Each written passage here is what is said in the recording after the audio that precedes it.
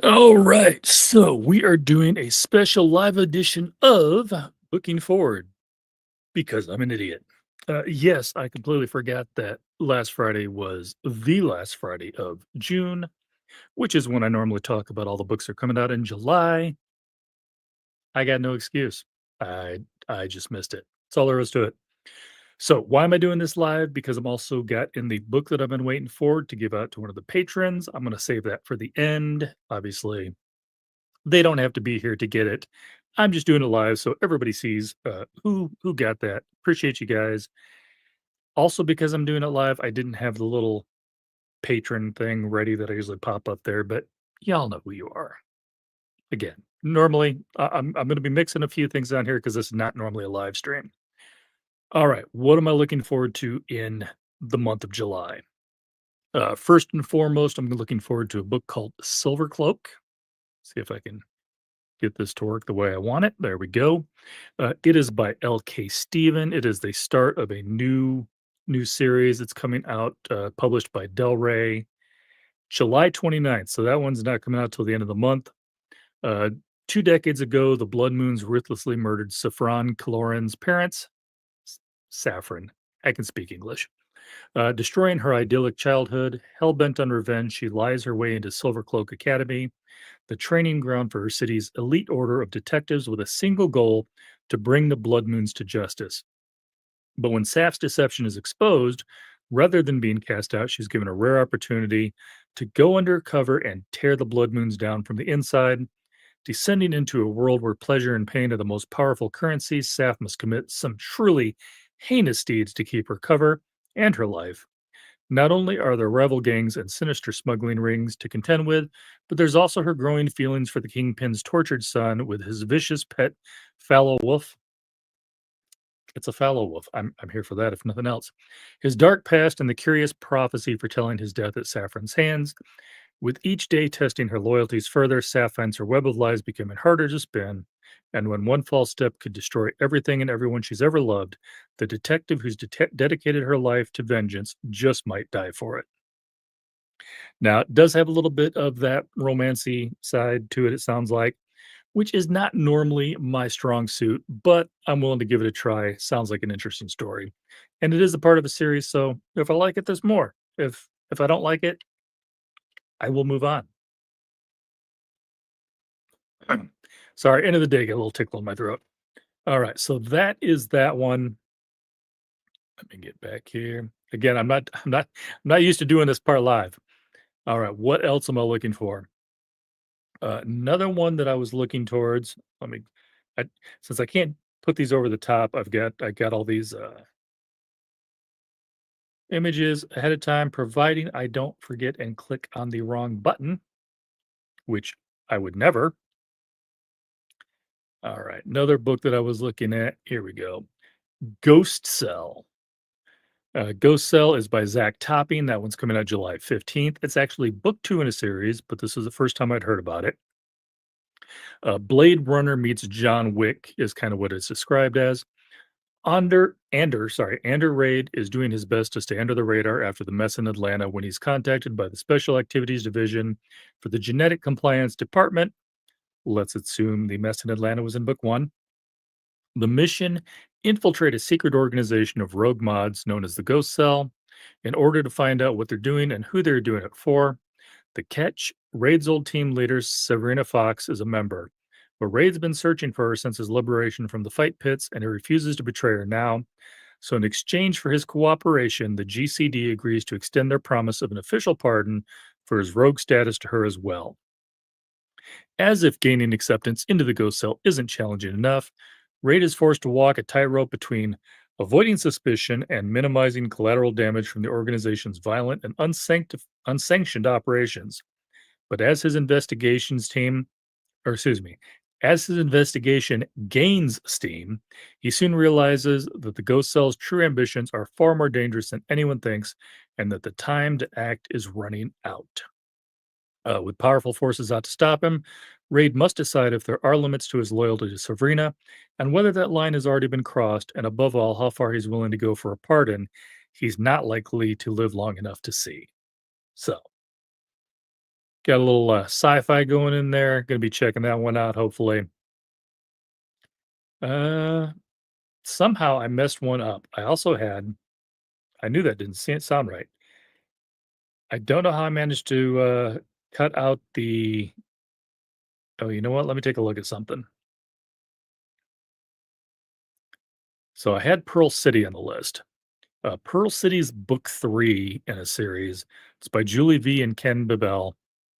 I have no idea if I pronounced your right name, Ken. I apologize. Also coming out July. That's coming out July 15th. And that is the part I have here is Blade Butcher Thief World Breaker. And I'm wondering, did I drop? That can't be the entire thing. Somehow I missed the rest of the snippet.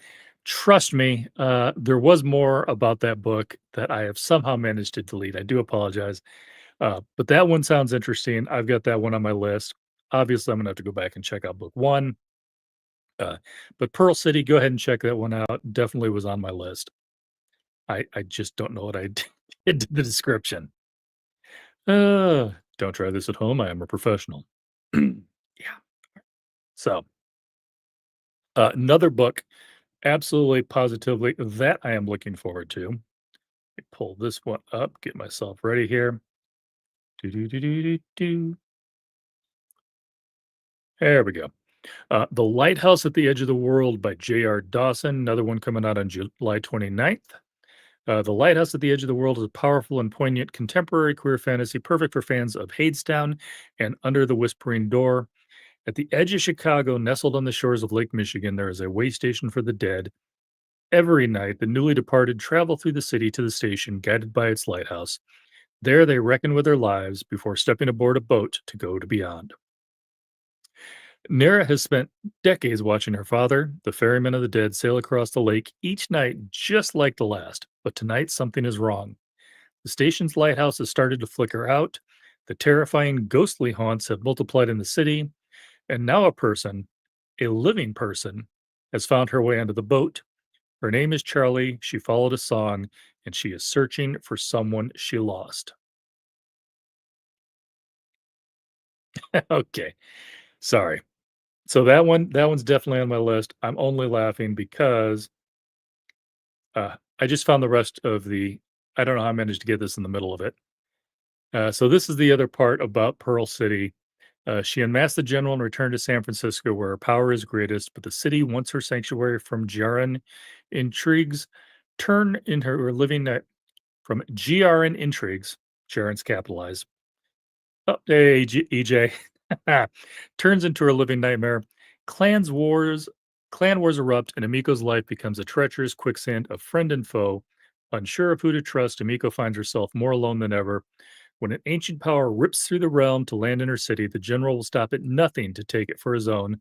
Amiko must face her past, present, and future as she races to stop the general.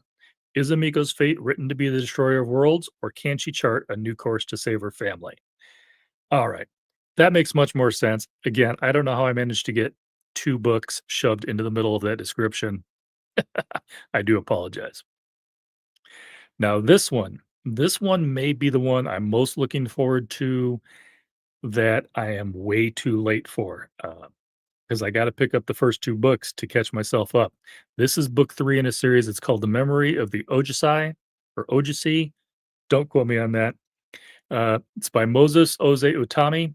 Don't quote me on that either. Those are definitely the names. I just don't know if I said them right. That one's coming out July 15th. Uh, even deserts have a beginning, even gardens have an end, even water has a story. 1,000 years after Tutu and 500 years after Osi, the city of a thousand stories stands resolute on the edge of the forever desert. A teeming oasis, water flows into every mouth that thirsts, and knowledge sprouts in every mind that hungers for it. Ethike is an Ojusai. I really don't know if I'm saying this right. One of the city's many historians who has devoted his life to studying a little known figure named Osi.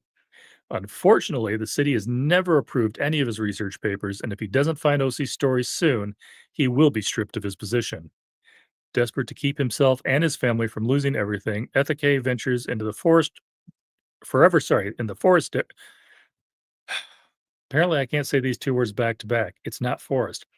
The Forever Desert in search of the lost tomb of Osi. If he can find it, he will finally be able to prove his worth to the city's elders and, more importantly, cement Osi's role in history. But history is a tale told by those with power.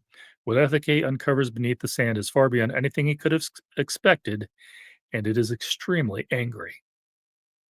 So, description of this book, absolutely 100%. This one is on my list. Can't wait for this to come out. However, I can also wait for this to come out because I got to fit 2 books in before it to catch myself up on what's going on. Sounds exciting though. Another one that I'm looking forward to. This one, I'm happy to say, and actually most of these ones, if I didn't say who it was put out by, it's probably put out by Tor. This one I'm totally waiting for. Girl in the Creek by Wendy Wagner. This is by Tor Nightfire, July 15th. Buried secrets only spread. Aaron's brother Brian has been missing for 5 years. It was as if he simply walked into the forest of the Pacific Northwest and vanished. Determined to uncover the truth, Aaron heeds. I can't talk tonight, y'all. Aaron heads to the foothill of Mount Hood, where Brian was last seen alive. He isn't the first hiker to go missing in the area, and their cases go unsolved. When she discovers the corpse of a local woman in a creek, Erin unknowingly puts herself in the crosshairs of very powerful forces from this world and beyond, hell-bent on keeping their secrets buried.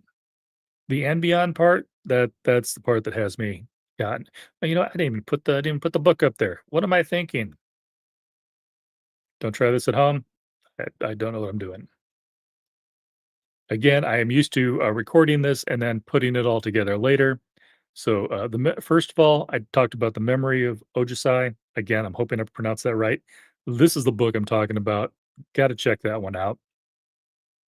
And then the other one, dun dun dun dun. Come on, show it to me. There we go. Girl in the Creek. That is the other one that I just mentioned. Both of those books definitely want to check out. What else is on my list for July? July 22nd, again coming from Tor Nightfire. The Library at Hellbore by Cassandra Cobb. The Hellbore Technical Institute for the Gifted is the premier academy for the dangerously powerful, the Antichrists and Ragnaroks, the World Eaters and Apocalypse Makers. Hellbore promises redemption, acceptance, and a normal life after graduation. At least that's what Alessa Lee is told after she's kidnapped and forcibly enrolled. But the Institute is more than just a haven for monsters. On graduation day, the faculty embark on a ravenous rampage, feasting on their students. Hey, what's up, man? Trapped in the school's cavernous library, Alessa and her surviving classmates must do something they were never taught, work together. If not, this school will eat them alive.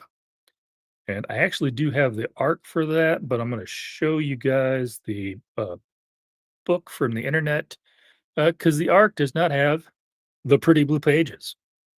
Yeah, they didn't bother gilding the arcs. Not that I blame them. A, I was already interested in this book. B, I am going to have Cassandra on in the month of July. We are going to talk about this. This one, you know what? I had it behind me. I don't know where it went. So let me see. I think I've got this one as a. I think I got this image here up here too. Let me get it. Got too many of these open now. I'm drowning myself. There it is. Oh, come on. Don't be playing like that. I've ticked off the computer. There it goes. This one I've actually already read. I need to get a review out for it, but I've already finished it. It's coming out July 1st, which is a couple days from now. In fact, I did interview, almost said introduce. I did interview Craig DeLuey, and that is going to post tomorrow, day before the book comes out. Now, this one, other than the obvious joke about how does he know my ex-wife, the main thing on this book, 2010, at the height of her stardom, Lily walks into a police station and confesses to murder. Oh yeah, Josh, you do need to read this. I think you'll like this one. I've already told everybody it gave me very, very Wilding Hall vibes, and I loved that book. So it's really good. The band has refused to talk to the press about their riotous past, Lily's confession, or anything else. It's been over a decade, but Lily has finally agreed to an interview, and the band is following her lead. What follows is a story of prophecy, death, and apocalypse, a story about love found and love lost, a story about the Antichrist. Maybe it's all true, maybe none of it is. Either way, this is their story, and they're sticking to it. This is one of those ones where I actually say I don't even think the description does it justice. Craig DeLuey's writing is excellent. That's all I'm gonna say about that. You will like that one, check it out. This one I had to add. Oh, wow, nice. Yeah, I forget I'm not used to doing my booking forwards live, so, yeah, you guys are there. I promise, I do see you. I'm just sidetracked today. Alright, where did I go? Oh, yeah, this one here. This one, I do this is one of those books, I'm gonna tell you right now, it's either gonna be awesome or it's going to be horrible, but it is by a friend of mine. I have had Matt on the channel before, Space Trucker Jess. I've gotta put it out there just so you guys can see if you like it. Um, okay, in case my mom sees this, I'm reading the description. I apologize in advance for the word I'm about to use. Jessian Urania Darger is a kick-ass, take no shit, foul-mouthed, too smart for her own good 16-year-old girl with a chip on her shoulder. Not that that would ever happen. She and her daddy have been grifting their way across the verse for years, but when her daddy gets arrested for running crypto credit scams, Jess is forced to get a job on Chidison Station as a roach runner, fixing starships to survive. She dreams of a better life away from her corrupt daddy, so she's been saving up to buy a Spark Meg hauler. Matt, you gotta quit calling the guy. It's his. Quit calling him daddy. It's getting a little weird. She wants to run the long hauls, to sail alone into the black and never look back. But when her daddy goes missing from prison, Jess realizes she just can't let him go, and she makes her life's mission to find out where he's gone. In an odyssey that takes her across the galaxy, Jess encounters vanished planets, strange societies, inscrutable alien gods, and mind bending secrets that may change humanity's path forever. I will tell you right now, if I read that description by almost anybody else, I would probably skip over it. But again, Matt Kressel has earned a few author points with me, and I'm willing to check it out. All right. This one, I already know all you guys know about this one, but I can't skip over it because it is coming out in July. I already read it. You already know I like it.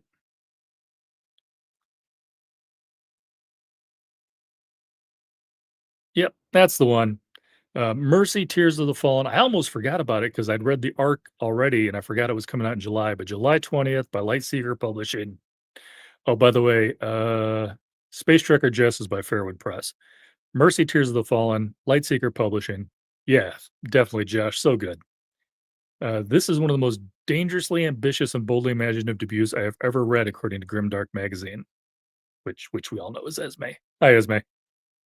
I know you're not here right now, but if you see this later, I said hi. Relics of the past scattered, a hero broken, a world on the brink. A paragon left for dead, Elvis Lightseeker sought peace, but peace had other plans. 34 years passed. The blades he buried must rise again. As he hunts the ones who shattered his world, another exile awakens. Eravane, a man drunk on grief and bound by blood, a minstrel must bring the two together in a war against a rising ill fate. Vyala, I hope I'm pronouncing that right. A lost love unexpectedly returns and sparks a fire in Erevain, but will it be enough to quell his thirst for vengeance? And will the world unfolding around her offer the chance for the future she has long desired? Salismere, Blade of the Reckoning, must answer the call of duty once again. Hade and Nira, twins of the Stained, hunt for sacred artifacts for their false king. Staven and Alatu must travel across the Sundered Sea in order to do the same, but for their once wise father, who holds damning secrets of his own. The tears awaken and call to the broken. Two men, one path, and no gods left to help them. Some martyrs stay dead, others become legend. Uh, so yeah, by the way, I don't know who put that little thing together, but the some martyrs stay dead, others become legend. Chance, if that was you, that was an excellent line. Just putting that out there. Hey, Book Lounge, how's it going? All right. Who else do we got? Okay, another one. This one's gonna surprise you guys, because this is not my normal fare. This is a, dare I say it, a middle grade book. Yes, but I've already started reading it and I'm already liking it. So don't judge. Oh, I gotta close some of these. I had too many open. Hang on. Oh, I have not done this before. I didn't realize there was a limit. All right, close a couple of those. Pop that up there. There we go. All right.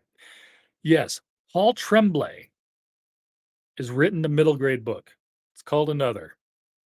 I'm on page about 70 or so right now. It is so good. All right, that's coming out by Quill Tree Books. All the questions we ask as kids about who we are and what we're worth take a terrifying turn in the spooky tale of a sinister, inhuman imposter and the nightmare he brings. When Casey Wilson's parents tell him that his friend is coming for a sleepover, he has no idea who that might be. Ever since the Zoom incident, you'll find out what that is in the book. I'm not telling you. Everyone treats him like a pariah, and his tics are worse than ever. When Morel appears, he's not like any friend Casey has ever met. His skin is like clay, and he doesn't speak. But Casey's parents are charmed by the strange kid, and it's nice to have someone to talk to besides his sister Allie, who is away at college. As his normally loving parents grow distant from Casey, they gush and fawn over Morel. Casey knows, could be moral. I don't know. Casey knows something is wrong, but with no end in the sight to the sleepover, he's exhausted. And in the dark, out of the corner of his eye, Morel doesn't look like a kid at all. All right. So that is it for that one. I have got one more book on my list. And then if you guys will hang out with me for a second, I am doing a live. That's why I'm doing this live. I'm doing a drawing for my patrons. I got a book in for them. And I'm just going to give it away to somebody because I finally have patrons to give it away to. So, all right. Last one. And can't believe I did not know this book was coming out because I absolutely positively loved the original book. You read it right. C. Robert Cargill, Subterranean Press. We've got another book in the Sea of Rust world. I had not read the second book actually, which is kind of funny. It was a prequel. But love Sea of Rust. Totally looking forward to this one. I don't even know if to tell you too much about this. I'll try to make it short. Let's skip through some of this. Okay, it's 3 years since the war between humans and robots began, and the OWI, the One World Intelligences, have humanity on the ropes, but humankind is not yet ready to go quietly into the night. Instead, they have partnered with many of the last remaining freebots in a fabled city beyond the reaches of war. Confederation, Nanny, an otherwise nameless nanny bot, no home nor child to call their own, wearily wanders the war-torn waste with the only one thing on their mind: find Confederation, because if you find Confederation, you find peace. Of course, Confederation is as much a fireside folktale as it is a reality. Though it may exist, it is by no means a place of peace and acceptance. Though bot and human live together under the same roof, that doesn't mean they trust one another. Has Nanny arrived to save, excuse me, Confederation from itself, or rather just to witness its last days? All right. So anyhow, I'm still a huge fan of Sea of Rust. I'm kind of looking forward to him finally doing a sequel to Sea of Rust.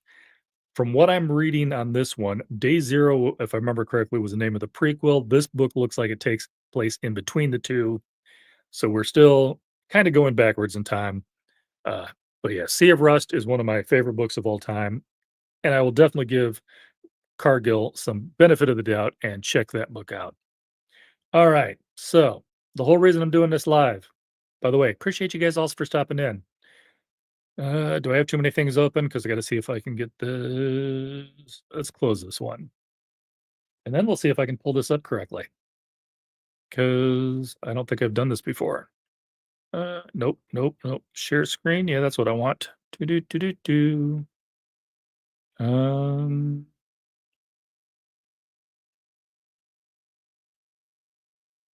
which one of these is the one I'm looking for? Oh, there it is.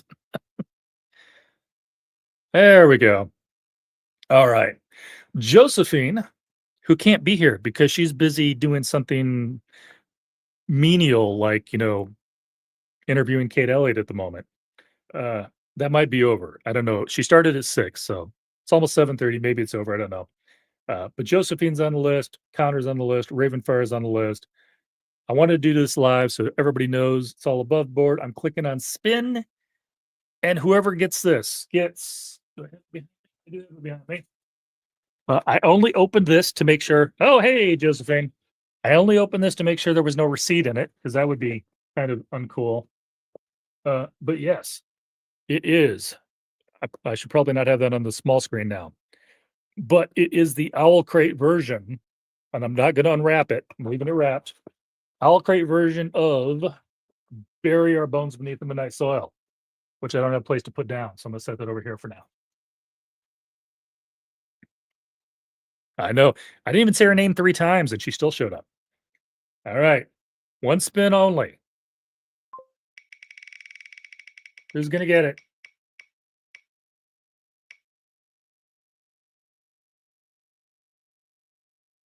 Okay, the funny thing is, I know who that probably the one that wanted it the least.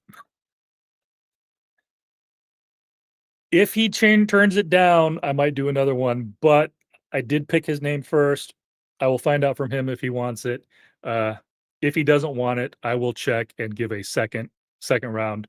But those are my 3 patrons. So again, I got patrons now, and I also finally got everybody. Well, not everybody knows. Many of you may have known that V. Schwab was on my Mount Rushmore of authors I haven't had on yet, and I finally got her on the channel. So totally looking for. I loved having her on here, and I wanted to do something special. So this is the Owl Crate Special Edition. Again, I will let you guys know if Connor turns it down. I'll do another drawing. I'll let you know ahead of time. But that was it. I want to thank everybody stopping in for the live feed. Again, normally my booking forward would not be a live feed, but I am an idiot, and I kept thinking, no, next week's the last week of June. True, but next week is not the last Friday of June, which is when I do booking forward. So hope you guys saw. Wow, this is why I record these because I can edit this out. Hopefully you guys saw something you enjoyed, you wanna pick up. Let's face it, most of you already have Mercy on your list, and there's probably a couple else on there, but hopefully you saw something that you didn't know was coming. And again, do not forget, I've already had the Chance Dillon interview on for Mercy Tears of the Fallen. The Craig DeLuey interview for My Ex the Antichrist is dropping tomorrow, although, Fina can already watch it because it's in the Patreon, and I haven't, moved it over to the regular post yet. And then the last one, was the Library at Hellbore. Cassandra Caw will be on later in the month as well. And who else is coming? Paul Tremblay. Oh, yeah, that's another one. I'm reading another right now. Paul Tremblay will be on later in the month. And last but not least, I believe Jake from Nerd Level Rising is my other interview this month. So check it out. Always appreciate you guys. Fine, I will catch Fine. Fina, I will catch the rest of that Kate Elliott interview. I did have to jump out early. So glad you had her on. You were doing great. I know you were a little worried about that. But yeah, loved that interview. You were fine. You didn't look nervous. It's all good. All right, guys.